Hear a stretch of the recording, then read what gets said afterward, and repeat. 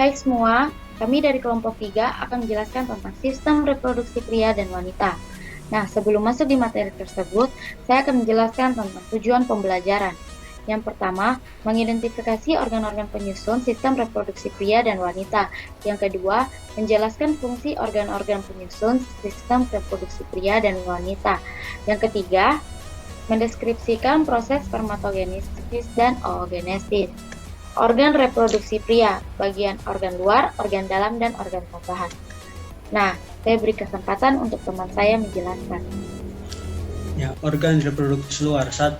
Penis berfungsi sebagai alat reproduksi persetubuhan, yaitu memasukkan sperma ke dalam alat reproduksi wanita.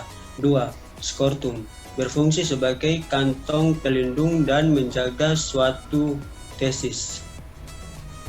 Organ reproduksi dalam. 1. Testis, kelenjar kelamin untuk memproduksi sperma dan menghasilkan hormon testosteron. 2. Epididymis merupakan saluran yang keluar dari testis untuk menyimpan sperma sampai matang. Organ reproduksi dalam. Vas deferens untuk mengeluarkan sperma dari epididymis menuju vesika seminalis. 4. Merupakan saluran untuk mengeluarkan sperma dan urin. Organ reproduksi tambahan yaitu kantong sperma, tempat menampung sperma sebelum dikeluarkan. Pada dindingnya terdapat cairan yang mengandung fruktosa, asam askorbat, dan asam amino untuk makanan dan pelindung sperma.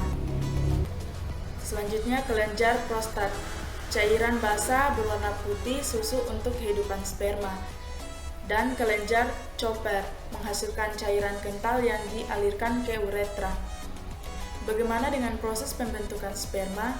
Spermatogenesis adalah proses pembentukan sel sperma di dalam testis pria. Spermatogenesis sendiri berasal dari kata spermato yang memiliki arti benih dan genesis yang berarti pembelahan. Organ reproduksi wanita terdiri dari organ reproduksi luar dan organ reproduksi dalam. Yang pertama, organ reproduksi wanita bagian luar. Yang pertama, labia majora. Labia majora juga biasa disebut salah satu organ reproduksi wanita ini sebagai bibir besar karena fungsinya melindungi organ luar lainnya.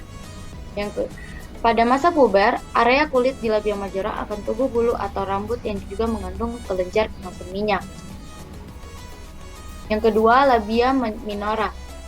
Labia minora atau bibir kecil merupakan alat reproduksi wanita yang mempunyai berbagai ukuran.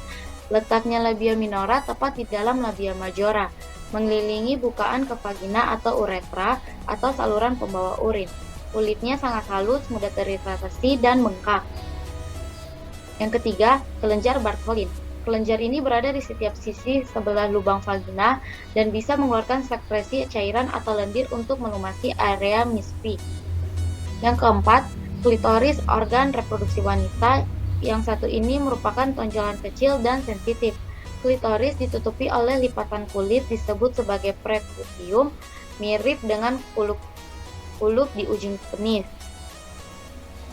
Nah, perlu diketahui pula bahwa klitoris sensitif terhadap rangsangan dan menjadi area ereksi.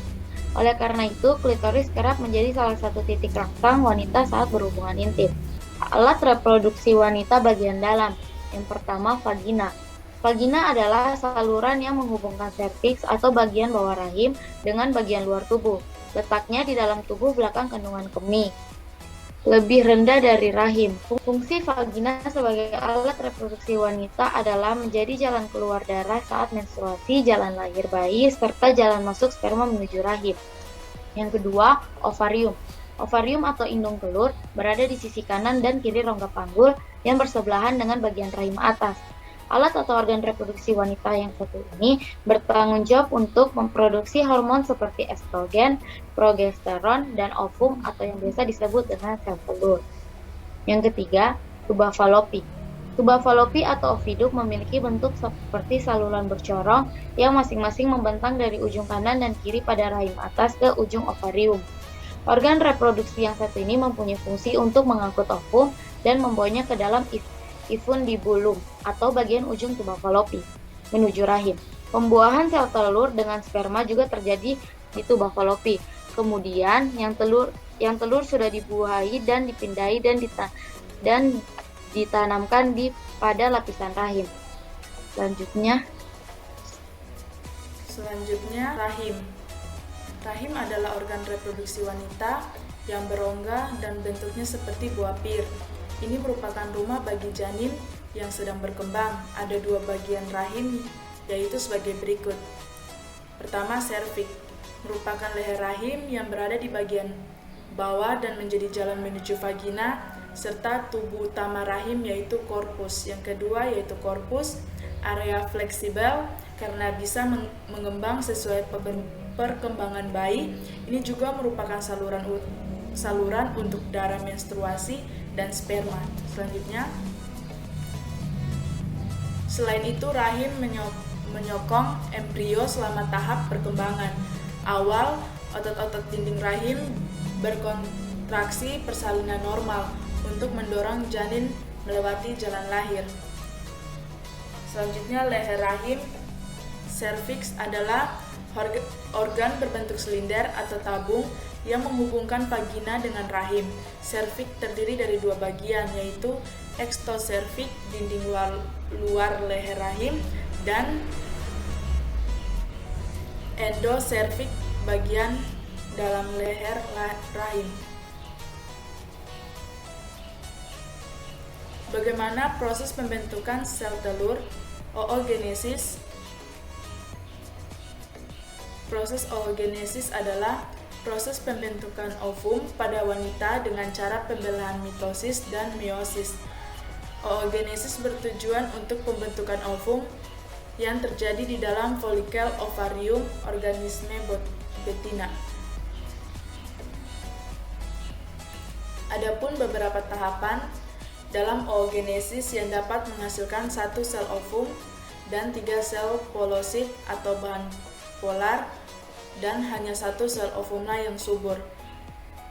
Tahapannya yang pertama yaitu oogenium adalah tahapan pertama dari oogenesis yang dihasilkan oleh ovarium. Oogenium terdiri dari 46 kromosom yang bersifat diploid, kromosom berpasangan. Oosit primer adalah hasil mitosis dari oogenium. Tahap ini adalah tahap pendewasaan dan tidak terjadi pembelahan oosit primer, terdiri dari 46 kromosom dan bersifat diploid. Oosit sekunder dan polosit. Oosit sekunder dan polosit adalah hasil meiosis 1 dari oosit primer yang terdiri dari 23 kromosom dan bersifat haploid, kromosom tidak berpasangan. Ootit dan 3 sel polosit adalah hasil meiosis kedua dari oosit sekunder dan polosit yang terdiri dari 23 kromosom dan bersifat haploid, kromosom tidak berpasangan. Dan yang terakhir yaitu ovum. Ovum adalah perubahan bentuk atau diferensiasi dari ootit. Ovum terdiri dari 23 kromosom dan bersifat haploid dan merupakan tahap terakhir dan merupakan ovum yang sudah matang dan fungsional. Saya kembalikan ke moderator. Sekian dari kelompok kami untuk menjelaskan tentang sistem reproduksi pria dan wanita. Sekian dan terima kasih.